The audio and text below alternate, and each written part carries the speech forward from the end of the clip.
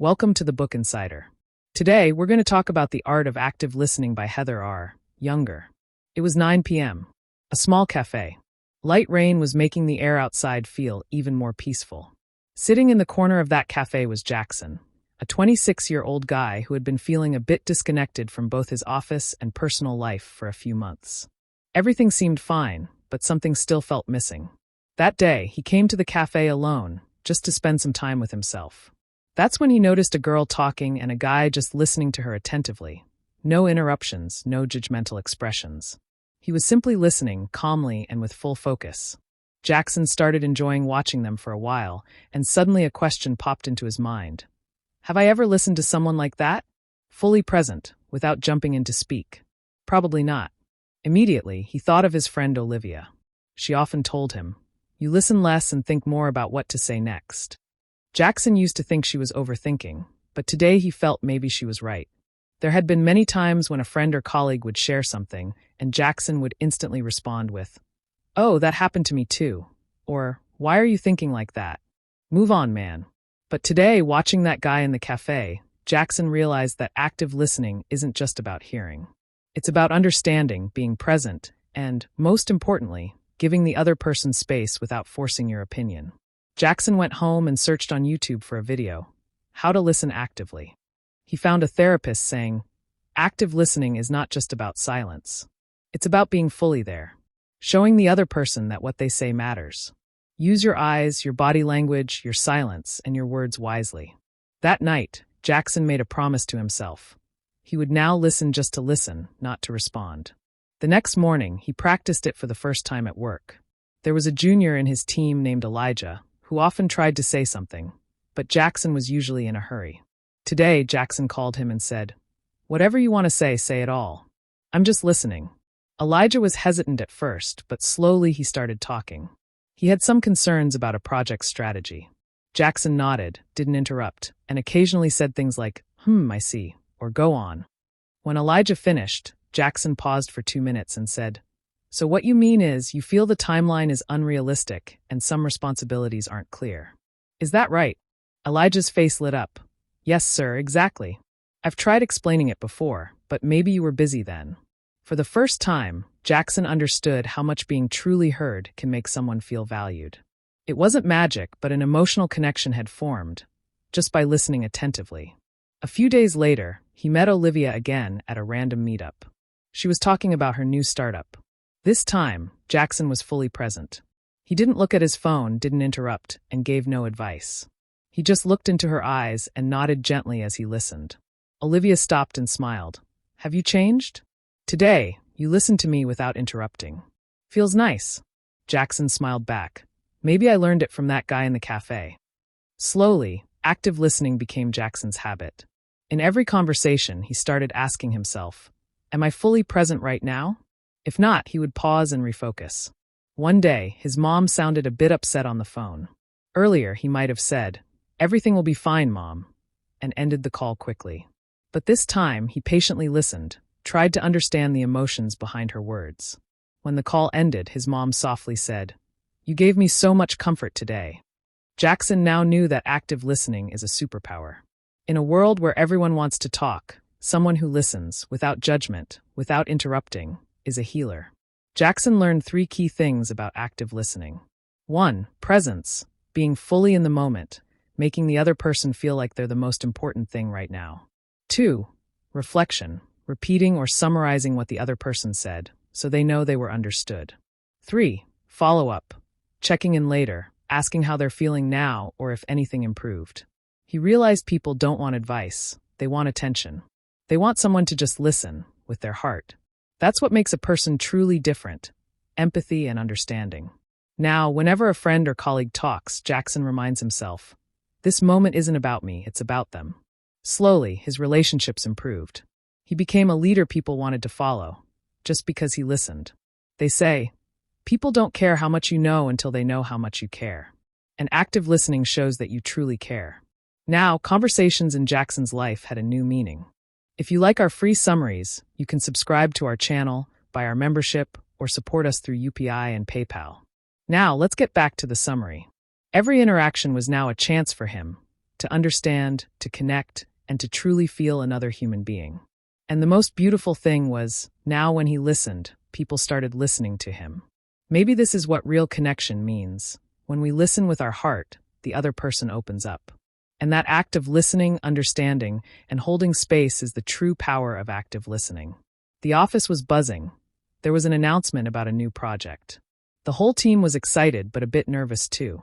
Jackson was now the team lead for the project, and it was a big opportunity for him to prove himself. But this time, he didn't just want to focus on performance or planning. He wanted to create an environment where people felt free to express themselves, where their opinions mattered. Earlier, Jackson used to think like every other manager. Deliverables, deadlines, and results were everything. But over the past few months, he had realized one simple truth. When people listen, conversations grow. And when people are heard, trust is built. In the first team meeting, Jackson casually invited everyone, saying, "Today, we're just going to talk. No pressure." People were surprised. Meetings usually meant tasks and urgency. But today, Jackson looked at everyone and said, "This project belongs to all of us. I want to know what you think. What challenges do you see? What ideas do you have?" There was silence at first. Then Elijah quietly shared, "Sir, client expectations seem a bit unclear. I think we should clarify that first." Jackson didn't react instantly. He just nodded and said, "Good point. Anyone else feeling something?" Gradually, others opened up. Ava, who was usually introverted, spoke up for the first time. "Maybe we can keep task allocation a bit flexible so everyone works to their strengths." Jackson listened carefully to everyone. Instead of interrupting or judging, he just took notes. At the end of the meeting, he said, "I'm not assigning tasks today. I'm simply saying, your input will shape the plan. We'll build this together." That day, the team didn't just feel heard, they felt acknowledged. And that's where trust began. The next week, when the planning was finalized, everyone's suggestions were included. Ava's suggestion made roles more flexible, and Elijah's concern led to officially clarifying things with the client. Seeing this, the team realized their input wasn't just a formality. It truly mattered. After one meeting, Emily quietly said, "Sir, for the first time, it feels like our opinions actually matter. Usually, we're just told what to do." Jackson smiled and replied, "Because this time, I came to listen, not to command." Slowly, the vibe of the team began to change. People started bringing their own ideas. Sophia, who earlier only followed instructions, now stepped up saying, "Jackson, I've thought of an alternate approach for this module. Would you like to see it?" The impact of trust wasn't limited to work. One day, when Ava wasn't feeling well, she nervously asked if she could work from home for 2 days. Jackson immediately said, "Of course, Ava. Take care of yourself first. Work will be managed." That evening, Ava sent a heartfelt message. "Thank you for trusting me, Jackson. It means a lot." And that trust showed clearly in the project delivery. The team not only completed it before the deadline, they also got appreciation from the client. Your team seems deeply connected and committed. That reflects in your work. Jackson now clearly understood. More than bonuses, fancy perks, or Friday pizza parties, what truly matters is genuinely listening to someone. When people feel their words are not just heard but understood and acted upon, that's when trust and loyalty grow. Many organizations think that to keep employees happy, they need to give extra incentives. But Jackson had seen it live. True engagement comes when people feel their voice means something. Now, Jackson added a new practice in every meeting, a 15-minute session every week called Team Voice. There was no agenda, just one question. What did you observe this week? What could be improved? This small step made a big difference. People felt the culture wasn't just in words, it was in action. One day, Jackson's boss called him in and said, "Your team is very consistent in performance, and their morale is always high. What's your secret?" Jackson simply replied, "I've listened to them, and now they listen to me." The boss chuckled a little. "That's simple." Jackson smiled and replied, "It's simple but rare. Listening is something you have to learn." After that conversation, Jackson wrote an article on the internal company blog. Trust doesn't need grand gestures, just a listening ear. Slowly, people from other departments began adopting Jackson's approach. Some started weekly voice circles. Some leaders made their door policy always open.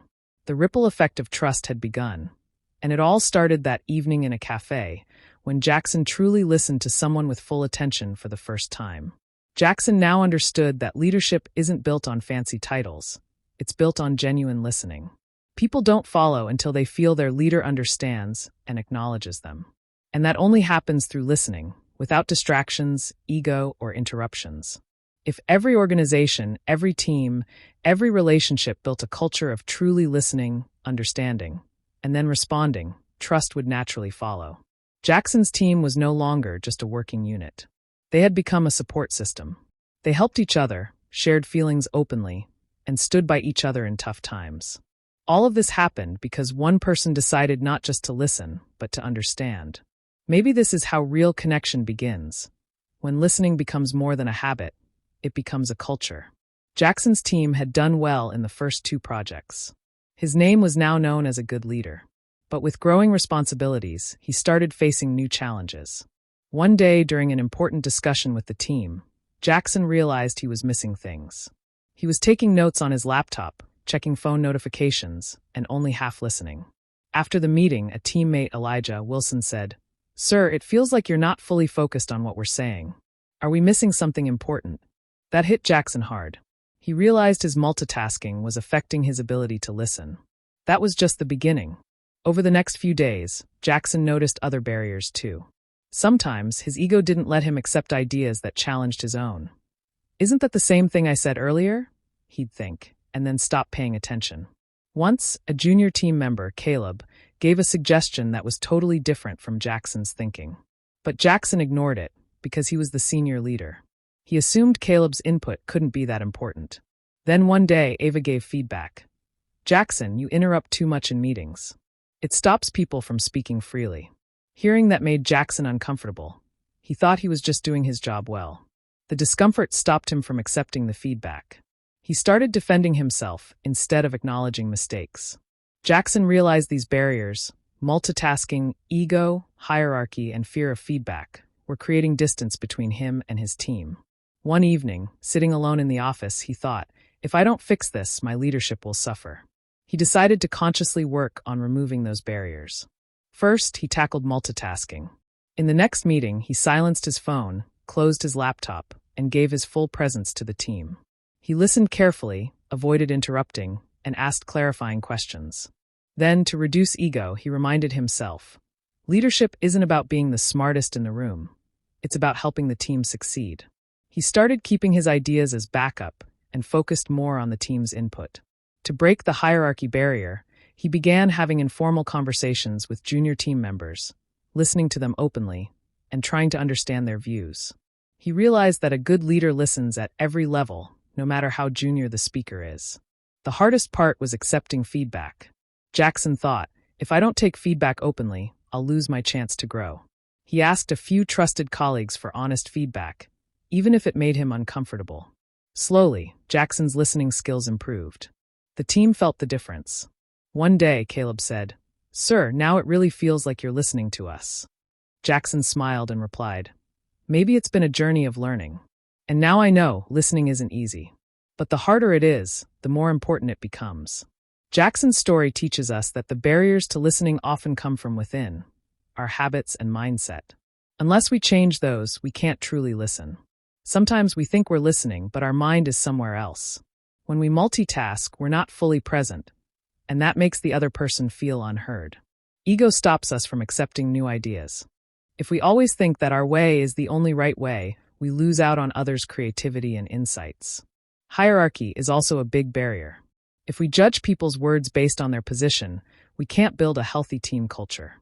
Every voice matters, no matter how junior the person is. The fear of accepting feedback also blocks our ability to listen. But when we see feedback as an opportunity, that's when we truly grow. In Jackson's story, we saw that once we recognize these barriers, we can slowly overcome them. The real challenge is stepping out of our comfort zone, setting ego aside, and learning to truly listen. Today, when Jackson sits with his team, he's not just a leader, he's also a listener. That's why his team stays connected to him, trusts him, and faces every challenge together. So the next time you listen to someone, remember, there are many barriers to listening. But when you really listen, without distractions and without ego, you don't just understand people, you connect with their hearts. And that's the real key to good communication. A new chapter began in Jackson's leadership journey when a major transformation started in his company. With new technologies, new teams, and rising responsibilities, he had to take himself and his leadership skills to the next level. One day, the company HR organized a workshop on listening leaders. Jackson thought, it's the perfect chance to improve his listening skills. The facilitator explained that a great leader isn't just someone who speaks well, but also someone who listens well. They shared 6 key behaviors that every leader should adopt. 1. Recognizing emotions. The facilitator explained that when we listen, we shouldn't focus only on words. We need to understand the feelings behind them. Jackson had experienced this. When someone on the team was frustrated or stressed, they would often get stuck in technical talk. He realized that understanding emotions is a big part of leadership. Once a team member, Chloe, was unusually quiet during a meeting. Her usual enthusiasm was missing. Jackson noticed the concern on her face and spoke to her afterward. Chloe opened up. She was uncertain about the new project and needed support. Jackson just listened, without interrupting, and understood her feelings. That helped Chloe feel heard and supported. 2. Being fully present. This means giving someone your full attention when they're speaking, no distractions. Jackson realized that his multitasking had divided his focus. Now, in meetings, he kept his phone on silent and closed his laptop, giving the team his full attention. 3. Validating what's said. The facilitator said it's important to show that what the other person is saying matters and that you understand them. Even simple phrases like, "I get what you're saying," or "that makes sense," help. Jackson applied this when a team member proposed a risky idea. The person was hesitant, but Jackson encouraged him. "That's a good idea. We should explore it." That validation boosted the member's confidence and made him more active. 4. Asking meaningful questions. Listening isn't enough. We also need to ask the right questions to understand better. Jackson began asking open-ended questions like, "What do you mean by that?" Or, "What else do you think?" One time, team member will shared a complex problem. Jackson asked several questions to fully understand the situation. Will felt his perspective was appreciated, and the discussion became more productive. 5. Clarifying to avoid assumptions. We often listen but still make assumptions. The facilitator said this is a common mistake. So it's important to ask for clarification. Jackson learned this the hard way when he misunderstood a conversation and made a wrong assumption. Since then, he made it a habit to clarify whenever there was doubt. 6. Taking visible action. The facilitator said listening isn't enough. Acting on what you hear shows people that their words matter. That's when they feel truly heard. And trust was built. Jackson did this when the team raised concerns about the workload. He spoke to management, got adjustments made, and informed the team that action was taken based on their feedback. This really boosted team morale. Jackson made these 6 behaviors a part of his leadership. Now, communication and collaboration in his team had improved. People shared openly, and Jackson listened carefully and made better decisions. One time, the company's CEO even praised him, saying Jackson's team was the most engaged and motivated. The CEO said the secret was Jackson's listening leadership. Jackson's story teaches us that listening isn't just a passive activity. It's an active process that involves empathy, focus, validation, questioning, clarity, and action. If we adopt these 6 behaviors, we won't just become better leaders. Our teams will become stronger and more trusting too. So next time you talk to someone, don't just listen. Listen with these behaviors. It will take your relationships and leadership to a whole new level. Jackson's leadership journey had taught him a lot. He had seen firsthand how a leader who truly listens can create magic within a team. But his learning went even deeper when he saw several stories unfold at his workplace that reinforced his belief. One such story that really moved Jackson was of Abigail, who worked at a small manufacturing plant. She was a frontline worker who toiled all day among machines. She used to feel frustrated because management didn't listen to her. Many times, she felt like her hard work didn't matter. But things changed when the plant manager started practicing active listening. He began listening carefully to Abigail. One day, Abigail shared that it was hard to follow a certain safety protocol because the old safety gear wasn't working. The plant manager took her seriously, contacted the safety department right away, and arranged new gear. This not only solved Abigail's issue, but also boosted morale throughout the plant. Abigail said, "When my boss listens to me, I feel more motivated." Jackson realized that these small stories showed listening isn't just about words. it reflects in actions too. Another story was about Caleb, a sales team leader. His team had low engagement. Members didn't share problems and participation in meetings was low. Caleb changed his leadership style and made listening a daily habit. He held individual meetings, understood personal challenges, and asked where support was needed. Slowly, the team changed. People felt heard and began sharing ideas. One junior member proposed a new marketing strategy, which Caleb presented to the whole team and implemented. This boosted the team's confidence and sales improved noticeably. Jackson thought this story showed how real listening empowers teams and leads to real results. Then there was a story Jackson personally witnessed in his own company. A junior employee, Amelia, who was shy and introverted, hesitantly brought up an issue in a meeting for the first time. There were technical glitches in her work process that affected her efficiency. Earlier, such concerns wouldn't reach management. But now, Jackson made sure every employee's voice was heard. He told Amelia, "I'm listening. Tell me what the problem is." She explained the issue with confidence. Jackson immediately involved the technical team and found a solution. This small gesture increased Amelia's loyalty, and she began performing even better. Jackson realized listening not only solves problems, but also builds trust and commitment in employees. Then one day, a major crisis hit. An important client gave feedback that their requirements weren't being understood properly. Abigail, the client relationship manager who used to be a bit nervous, this time fully listened to the client with transparency and shared the details with her team. She validated the client's concerns, asked clarifying questions, and created an action plan. The client appreciated her approach, and the relationship strengthened. Seeing this, Jackson learned that the power of listening isn't limited to internal teams. It also transforms external relationships. All these stories prove that listening leadership is what truly engages, empowers, and makes individuals productive in the workplace. Whether it's a frontline worker or a top-level manager, when their voice is heard, their energy and commitment naturally increase. In the end, Jackson realized that leadership isn't just about giving directions or making decisions. It's an art where listening is the most important skill. When we truly listen, understand, and take action, workplace culture transforms.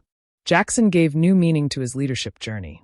He decided to try listening to every team member every day, understanding their emotions, challenges, and ideas, and finding solutions together. That's why Jackson's team stayed motivated, loyal, and high-performing. And it all happened because he made listening the heart of his leadership. This story teaches us that no matter what your position is, if you truly listen to your colleagues, employees, or team, you will earn their trust, gain their respect, and build a strong, productive workplace culture. Listening is not a weakness, it's a powerful strength. When used the right way, it makes everyone in the workplace feel empowered and valued. So next time someone talks to you, just listen, with your whole heart and full attention. Then show it through your actions. This small change can bring big results for you and your organization. Jackson's journey shows us that listening leadership is a gift we all should give, because it's the gift that makes the workplace more human, compassionate, and successful. At first, Jackson also didn't know that leadership isn't just about giving orders or achieving targets. The real strength is in truly listening, understanding, and then taking action. His journey teaches us that listening leadership isn't just a skill, it's an attitude and a culture that can completely transform the workplace. Jackson saw that when we truly listen, we don't just hear words, we hear feelings, emotions, challenges, and even solutions. Listening builds trust, the foundation of every relationship. Whether in the workplace or personal life, no connection can stay strong without trust. Abigail's story clearly shows that when management listened to her, her energy and commitment changed dramatically. It wasn't just about appreciation, they understood her problems and solved them. Many organizations forget this. They focus only on bigger incentives and bonuses. But the truth is, when employees feel heard and valued, they show more dedication and honesty in their work. Caleb's sales team story proves this even better. When Caleb added listening to his leadership style, his team started opening up. Their creativity and problem-solving boosted sales numbers. This shows us that leadership is not just about showing direction, but also about listening to your team's ideas and empowering them. Amelia's story teaches us the value of hearing introverted employees' voices. Often, shy or quiet people go unnoticed. But when someone genuinely listens to them, their performance and loyalty both increase. These stories remind us that listening in leadership is an equalizer. It brings everyone together. Abigail and the client's story show that listening isn't limited to internal teams. It plays a big role in external relationships, too. When we truly listen to clients or customers and understand their needs, we earn their trust and loyalty. That's why successful companies make listening part of their culture. Now let's talk about barriers. Jackson's journey also revealed many obstacles to listening. Ego, distractions, fear of negative feedback. Many leaders can't truly listen while multitasking. These habits weaken communication. But when we understand that listening isn't passive, it's active involvement, we can change these habits. Jackson adopted 6 key behaviors important for listening leaders. 1. Recognizing emotions. 2. Being fully present. 3. Validating what's said. 4. Asking meaningful questions. 5. Avoiding assumptions. 6. Taking visible actions. These small steps, done consistently, can create a major transformation in workplace culture. Just listening isn't enough. Acting on what you hear is key. If we listen but make no changes, people lose trust. So listening leadership means empathy and accountability. When leaders keep their promises, their credibility grows. Jackson's journey shows that the empowerment from listening leadership can't come from any other method. Empowered employees are more creative, motivated, and productive. They actively contribute to the organization's success. In today's fast-paced, tech-driven workplaces, there's too much communication. But what we really need is quality communication. And that's only possible when we truly listen, understand, and respect one another. Listening leadership creates that culture. This story also teaches us that leadership isn't about title or position. It's a responsibility we all can carry. Whether you're a manager or a team member, when you listen closely and act on others' problems, the workplace environment will automatically improve. Jackson made it practical. He paid attention to small things, and most importantly, he set aside his ego. He realized that listening isn't a weakness, but a strength. And that strength made his leadership successful. So in the end, this story gives us a clear message.